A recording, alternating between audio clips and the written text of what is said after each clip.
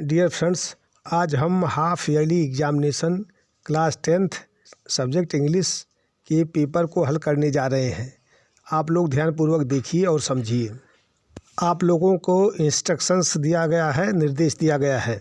Number 1, the first 15 minutes are allotted only for reading the question paper. 15 minute question paper को reading करने के लिए दिया गया है। This question paper is divided into 2 sections. यह प्रश्न पत्र 2 खंडों में विभाजित है। Section A contains multiple choice questions. खंड ए में बहुविकल्पी प्रश्न हैं। Candidates have to choose the correct option and write the answer in the answer script. अभ्यर्थियों को सही विकल्प चुनना है और उत्तर पुस्तिका में उत्तर लिखना है। Section B contains descriptive answer type questions. Section B में वर्णनात्मक उत्तर प्रकार के प्रश्न हैं। All questions are compulsory. सभी क्वेश्चंस अनिवार्य हैं। Marks are indicated against each question. प्रत्येक प्रश्न के सामने अंक दर्शाए गए हैं।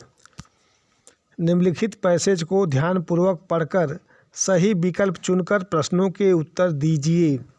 पहले आप लोग पैसेज का हिंदी अनुवाद देख लीजिए, इसके बाद क्वेश्चंस का आंसर दीजिए। मेरे जीवन का आखिरी आधा हिस्सा मानव इतिहास के उस दर्दनाक दौरों में से एक रहा है जिसके दौरान दुनिया बदतर होती जा रही है और पिछले जीते जो निर्णायक लगती थी वे केवल अस्थायी साबित हुई। जब मैं छोटा था तो विक्टोरियन आशावाद को हल्के में लिया जाता था। यह सोचा जाता था कि स्वतंत्रता और समृद्धि एक व्यवस्थित प्रक्रिया के माध्यम से धीरे धीरे दुनिया भर में फैल जाएगी और यह आशा की जाती थी कि क्रूरता, अत्याचार और अन्याय लगातार कम होते जाएंगे। Question number 1, the author felt sad about the latter part of his life because the world was painfully disturbed during that period of time. लेखक को अपने जीवन के अंतिम भाग में दुख महसूस हुआ था क्योंकि उस समय के दौरान दुनिया बहुत परेशान थी। The victories of the past proved to be temporary events. अतीत की विजय अस्थायी घटनाएं साबित हुई।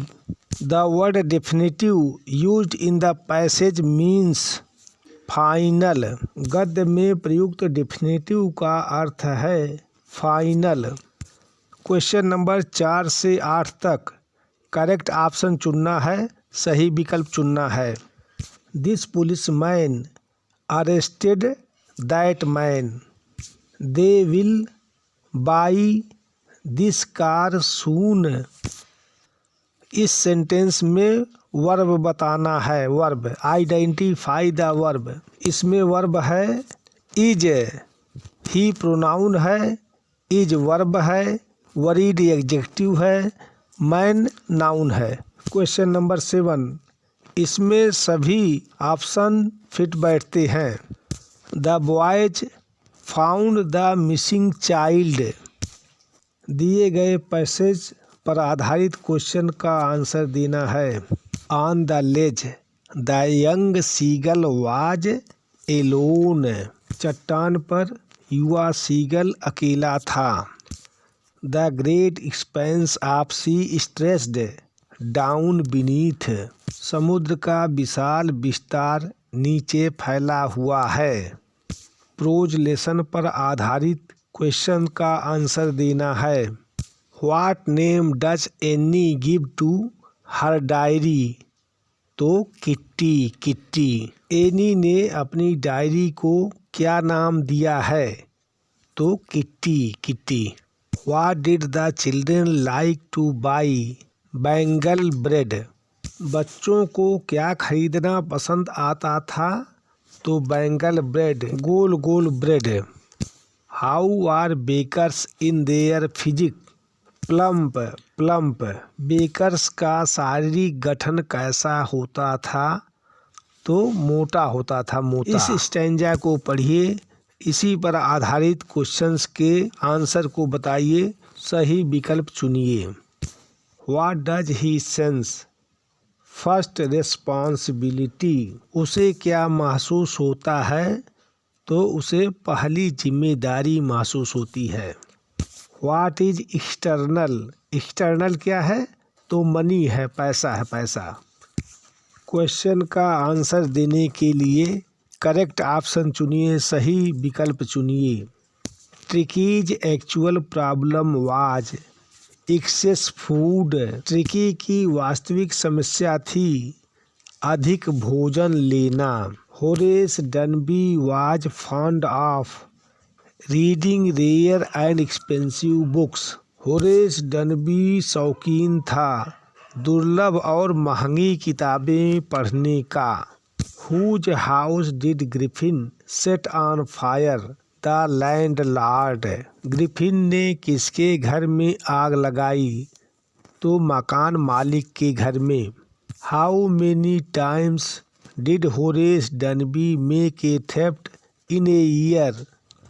ओनली वंस, होरेस डनबी ने एक वर्ष में कितनी बार चोरी करता था? तो केवल एक बार चोरी करता था, केवल एक बार। What did Hari Singh want from Anil? Work, Hari Singh Anil से क्या चाहता था? तो काम चाहता था, काम चाहता था। इस पैसेज को ध्यानपूर्वक पढ़िए और दिए गए क्वेश्चंस का आंसर दीजिए। Why was Subhash Chandra Bose called Netaji? Subhash Chandra Bose को नेताजी क्यों कहते थे?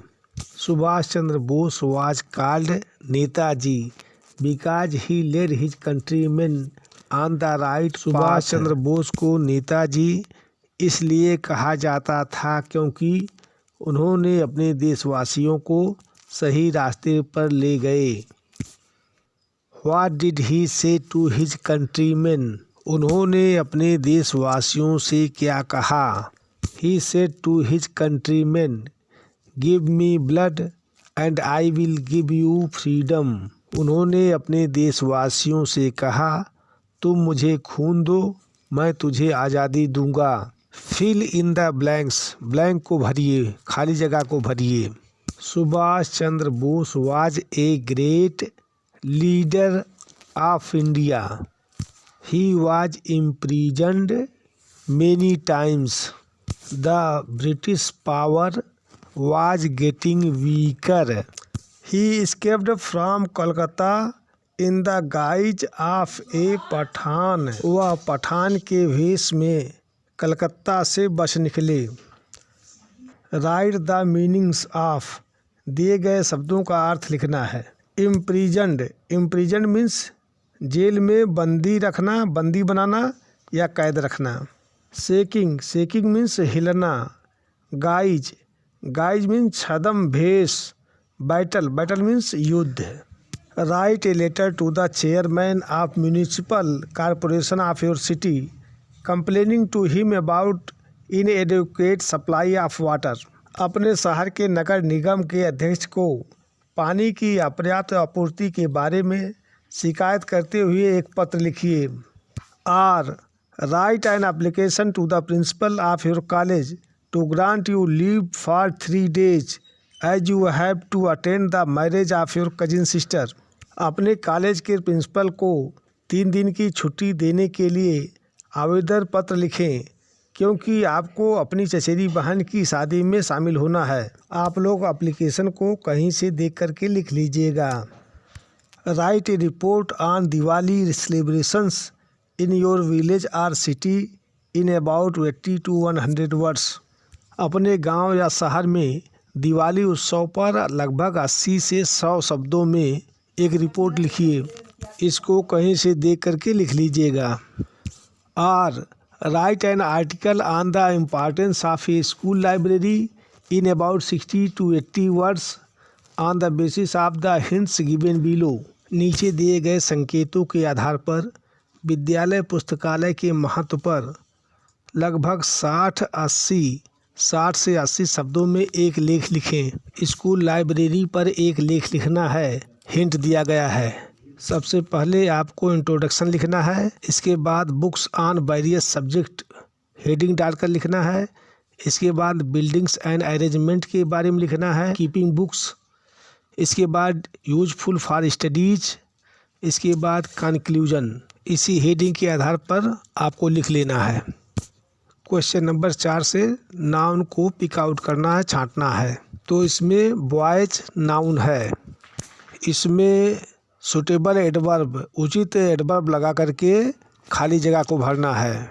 तो हो जाएगा he can hardly speak a sentence in English.